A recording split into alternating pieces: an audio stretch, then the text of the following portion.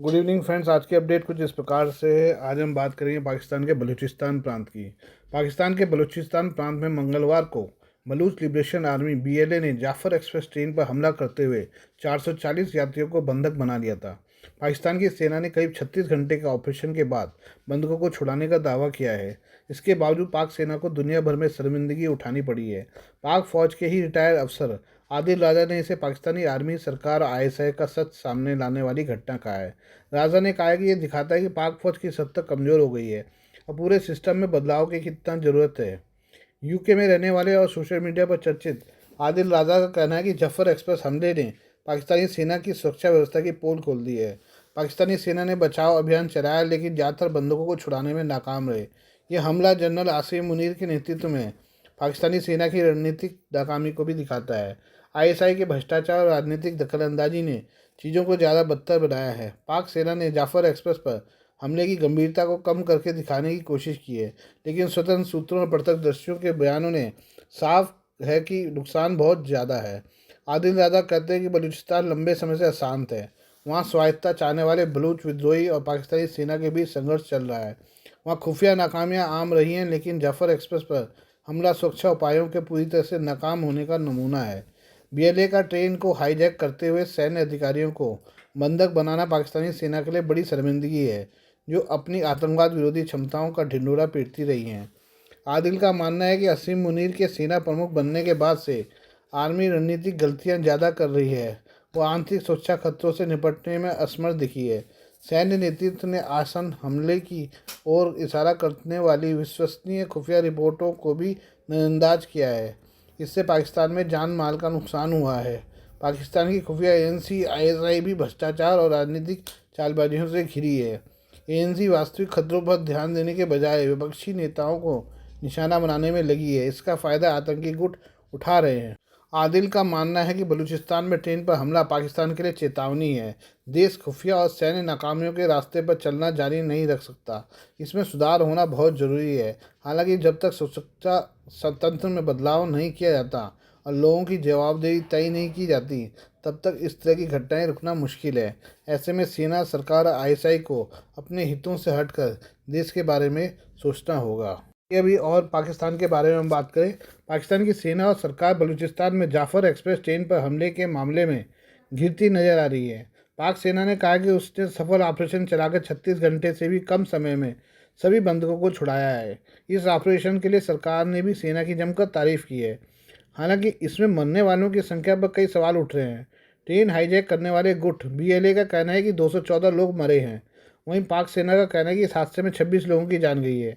पाक सेना के बयान में कई झोल हैं, जिसके चलते उस पर घर में ही सवाल उठ रहे हैं। पाकिस्तान के पत्रकार और राजनीतिक टिप्पणीकार जो सवाल पूछ रहे हैं, उनका कोई जवाब फिलहाल पाक सेना के पास नहीं है।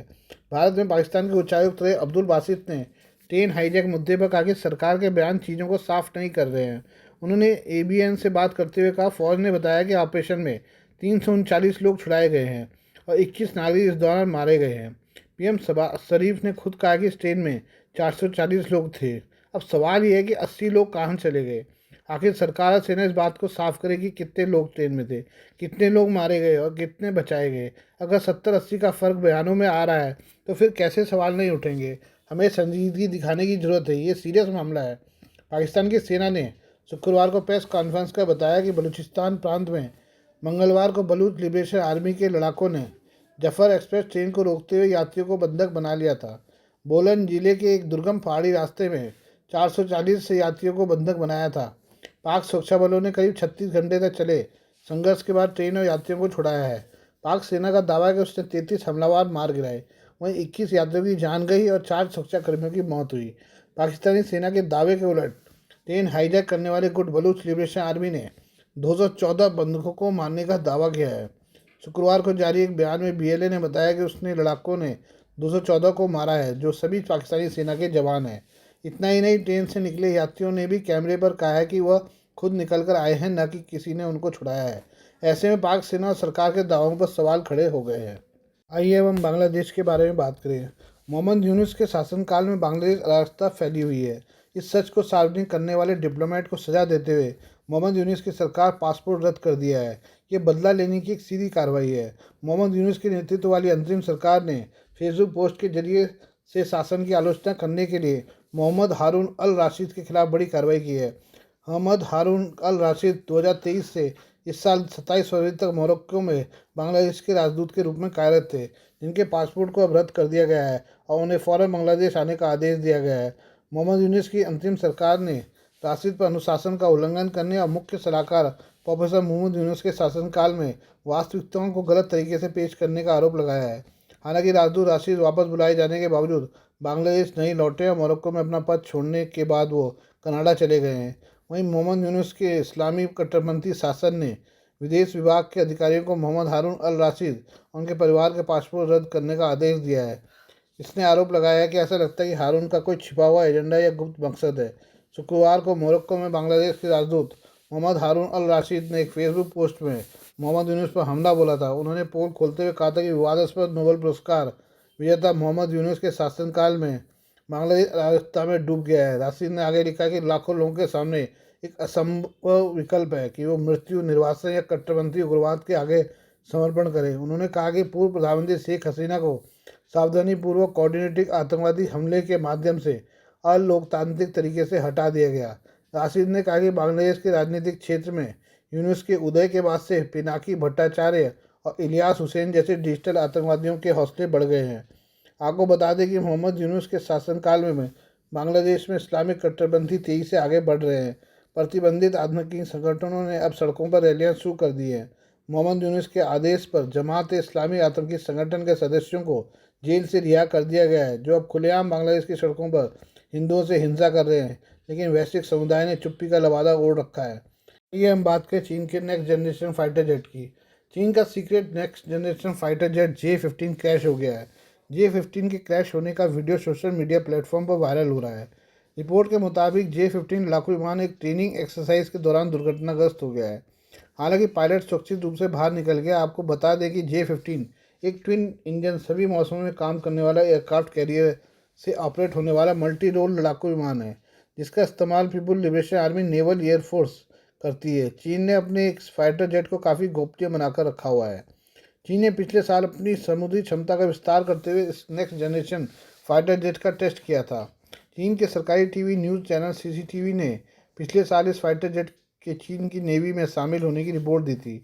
उस रिपोर्ट से पता चला था कि पीपुल लिबरेशन आर्मी नेवी के पहले एयरक्राफ्ट कैरियर लियोनिंग पर एक अज्ञात लड़ाकू जेट का परीक्षण किया गया है।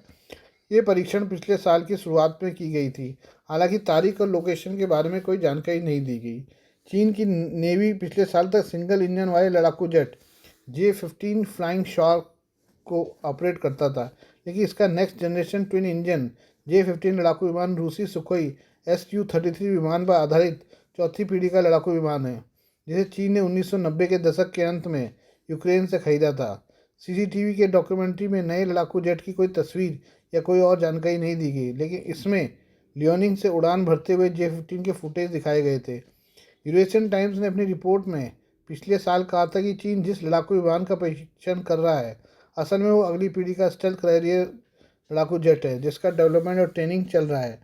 चीनी एक्सपर्ट्स ने पिछले साल 14 सितंबर को ग्लोबल टाइम्स को बताया था कि CCTV की रिपोर्ट ने औपचारिक रूप से चीन के पास एक नए एयरक्राफ्ट कैरियर लड़ाकू विमान की पुष्टि कर दी है, जिससे चीनी एयरक्राफ्ट कैरियर की क्षमता में जबरदस्त इजाफा होगा। रिपोर्ट में यह भी पुष्टि की थी कि नया युद्धक विमान चीन के तीसरे एयरक्राफ्ट कैरियर फुजियान पर ऑपरेशनल है, जो विद्युत चंबकीय कैटापोल्ट से सुसज्जित है। इसके अलावा ये फाइटर जेट चीन के बाकी दोनों एयरक्राफ्ट कैरियर रैम से लैस लियोनिंग और शेडोंग पर भी ऑपरेशनल है।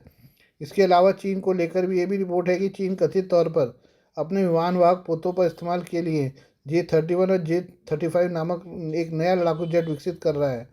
इस जेट ने 2012 में अपनी पहली उड़ान भरी थी और इसे प्लान द्वारा वर्तमान में संचालित J-15 के साथ मिक्स एंड मैच फॉर्मेशन में इस्तेमाल किया जाएगा। हालांकि अगर ये फाइटर जेट क्रैश हुआ तो निश्चित तौर पर इसकी वजह के बारे में पता नहीं चल पाएगा, लेकिन चीन की फाइटर जेट टेक्नोलॉजी को लेकर ये शक को बढ़ाता है। कई एक्सपर्ट चीनी जेट्स की क्षमता पर गंभीर सवाल उठा चुके हैं। आइए हम एक बार फिर से बलूचिस्तान के बारे में बात करें।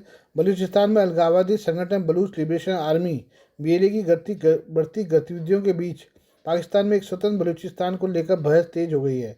हालिया हमलों के बाद पाकिस्तानी सेना और विदेश मंत्रालय ने भारत पर आरोप लगाया कि वो बलूच विद्रोहियों का समर्थन कर रहा है। हालांकि भारत ने इन आरोपों को सख्ती से खारिज करते हुए कहा कि पाकिस्तान को अपने आंतरिक हालात पर ध्यान देना चाहिए, न कि बेबुनियाद आरोप लगाने चाहिए। बलूचिस्तान में बढ़ते विद्रोह के बीच यह सवाल उठ रहा है कि क्या भारत बलूचिस्तान को की आज़ादी में कोई भूमिका निभा सकता है। पाकिस्तानी पत्रकार रऊफ कलासरा ने इस पर अपनी राय रखते हुए कहा कि बलूचिस्तान की आज़ादी भारत, अफगानिस्तान या ईरान किसी के भी हित में नहीं है।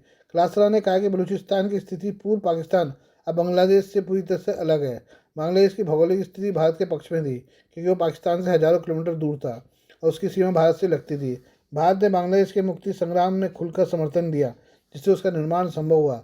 लेकिन बलूचिस्तान की भौगोलिक स्थिति अलग है, ये भारत से सीधा नहीं जुड़ा है। यहाँ तक कि अगर भारत समर्थन देना भी चाहे तो भी सैन्य या राजनीतिक रूप से वहाँ पहुँचना आसान नहीं होगा। विशेषज्ञों के मुताबिक बलूचिस्तान की स्वतंत्रता न सिर्फ पाकिस्तान बल्कि अफगानिस्तान और ईरान के लिए भी चिंता का विषय होगी।